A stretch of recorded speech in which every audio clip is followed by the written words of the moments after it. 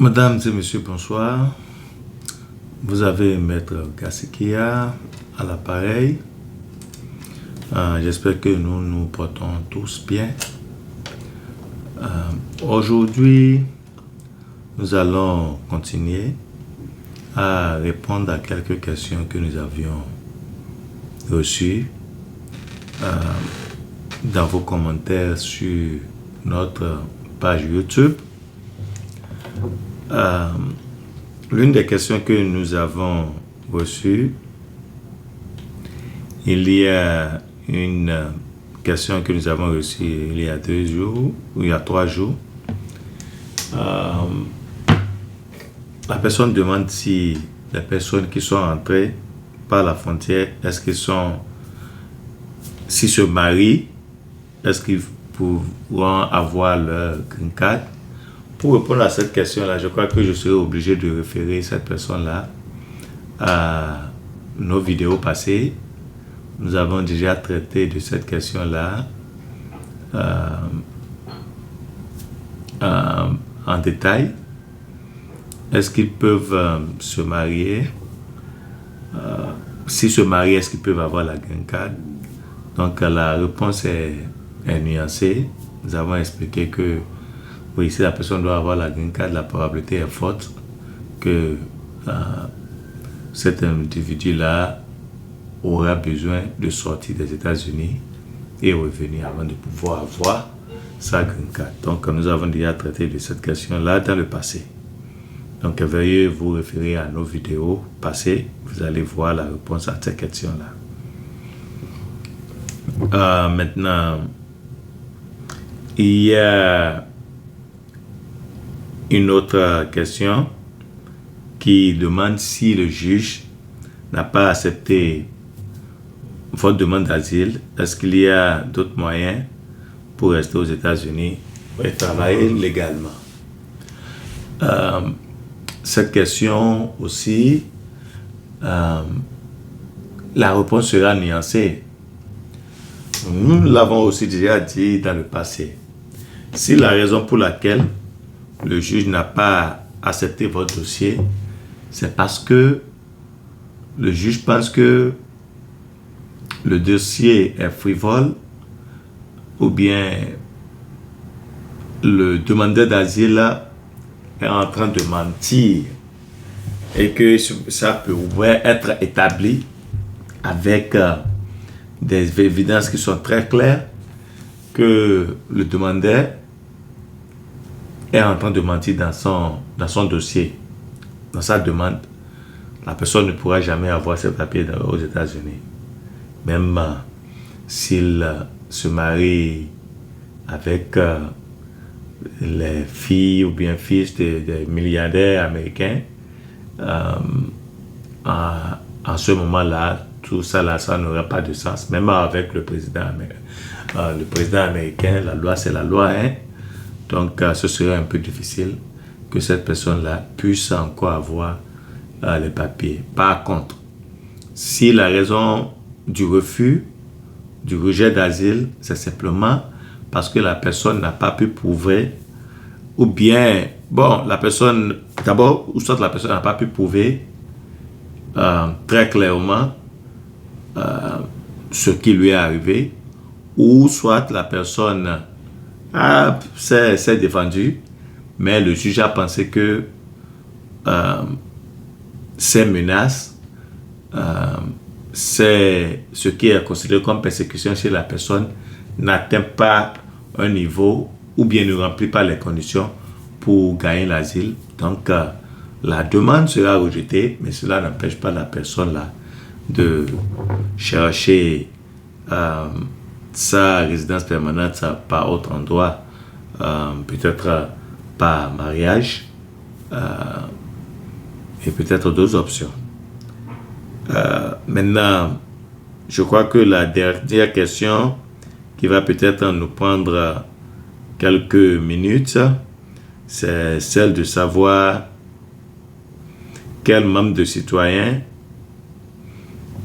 peut bénéficier, quel membre de la famille d'un citoyen peut bénéficier de son assistance pour avoir la green card. Les deux parents peuvent bénéficier de leur enfant, de la citoyenneté de leur enfant pour avoir leur carte verte. À part les deux parents, les enfants de cet individu-là aussi, de ce citoyen-là aussi, peuvent bénéficier de leurs parents pour avoir la green card. La femme, l'époux ou l'épouse, la femme ou le mari, l'époux ou l'épouse d'un citoyen peut aussi bénéficier de son mari, de la citoyenneté de son mari pour avoir la green card. Et enfin, les frères et sœurs d'un citoyen peuvent aussi bénéficier de la citoyenneté de leur frère ou sœur pour avoir la green card. Les détails de tout ça, peut-être nous n'aurons pas l'occasion d'aller dedans en profondeur, mais je crois que nous l'avons déjà fait dans l'une de nos vidéos. Je ne me rappelle pas si c'est sur cette vidéo-là qu'on a fait dans notre langue, c'est-à-dire notre langue naturelle, maternelle, c'est-à-dire le Yoruba, ou bien en anglais. Mais je crois que ça devait être en Yoruba, je ne me rappelle pas trop. Mais ce qu'il faut dire ici, simplement, c'est que bon, lorsque la personne est déjà ici, ou bien la personne est ailleurs, les règles diffèrent un peu. Si ce n'est pas mari et femme, ou bien les deux parents, ou bien l'enfant qui n'a pas encore 21 ans. Donc, j'aimerais qu'on comprenne cette partie-là. Si nous avons un enfant aux États-Unis qui n'a pas encore 21 ans, le papa, la maman peut lui faire la green card facilement, même si l'enfant est aux États-Unis. Si nous sommes aux États-Unis et qu'on est parent à un enfant de plus de 21 ans qui est aux États-Unis, cet enfant de plus de 21 ans peut aider ses parents à avoir la carte. Mais si c'est les frères et sœurs, la plupart du temps, c'est mieux que l'individu soit hors des États-Unis, c'est-à-dire le bénéficiaire. Celui qui veut bénéficier de la green card, c'est mieux que cette personne-là soit hors des États-Unis. Sinon, c'est beaucoup plus compliqué. C'est beaucoup très très compliqué si la personne est dans les États-Unis. Mais si c'est ailleurs, et il faut noter aussi que ça, lorsqu'il s'agit d'un parent qui est en train de le faire à ses enfants qui ont déjà plus de 21 ans ou bien qui sont déjà mariés, ça c'est autour de 7, 8, 9 ans. Si c'est un frère qui est en train de faire la green card à ses frères et sœurs, ça peut même aller jusqu'à 15 ans, 14 ans, 13 ans, 18 ans. Donc ça prend du temps. C'est pourquoi la plupart sont découragés pour s'y mettre. Sinon, ce n'est pas que ce n'est pas possible, c'est très possible pour les frères et sœurs. Pour les frères et sœurs, il faut aussi noter, surtout lorsqu'il s'agit des frères consanguins, c'est-à-dire les frères du même père, des mères différentes. Lorsque vous voulez faire quelque chose de ce genre, lorsque vous avez la même maman, ça établit une relation entre les enfants. C'est presque automatique, il n'y a pas de question. Mais lorsque vous voulez faire ça à un frère consanguin, un enfant de votre papa, avec qui vous ne partagez pas la maman, il faut montrer que le papa a déjà divorcé l'une de vos mères avant de marier la maman de la seconde personne, de celui qui est plus jeune. Parce que les États-Unis découragent la polygamie, ce qui fait qu'ils ne veulent pas encourager la polygamie. Donc ils demandent, si vous êtes frère et sœur et que vous êtes liés par le papa. Ce qui veut dire que votre frère consanguin, c'est-à-dire vous êtes frère ou sœur du même papa, votre sœur consanguine, vous êtes sœur du même papa, vous pouvez vous faire la green card sans problème si l'un des frères ou sœurs est citoyen. La seule question, c'est que si par exemple c'est la grande sœur qui veut faire à la petite sœur, bien le grand frère veut faire au grand frère, le plus âgé qui est le sponsor doit montrer que le papa avait déjà divorcé sa maman à lui, le sponsor, avant de marier la maman de celui qui est plus jeune.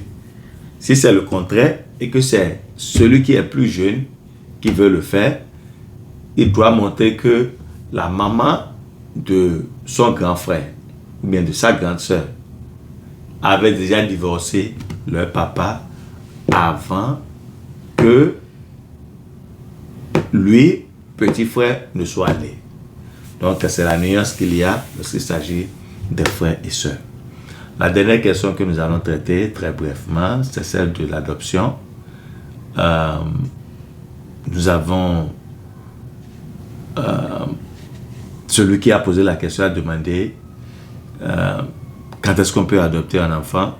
Seuls les citoyens américains peuvent adopter un enfant. Seuls citoyens américains. Ce n'est pas disponible pour ceux qui ont la carte verte.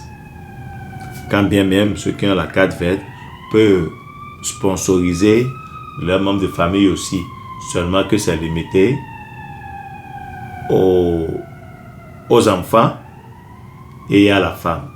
Celui qui a la green card ne peut pas sponsoriser ses deux parents. Non, avec la green card, on ne peut pas sponsoriser les parents. Il faut devenir citoyen d'abord. Et avec la green card, on ne peut pas sponsoriser un enfant qui est déjà marié. Voilà un peu les limites qu'il y a pour la green card. Mais celui qui a la green card, on parlait de l'adoption, ne peut pas adopter. Il faut être soit citoyen américain pour adopter un enfant aux États-Unis. Et l'enfant, l'adoption doit être complète avant que l'enfant n'ait 16 ans. L'adoption doit être complète avant que l'enfant n'ait 16 ans. Donc voilà.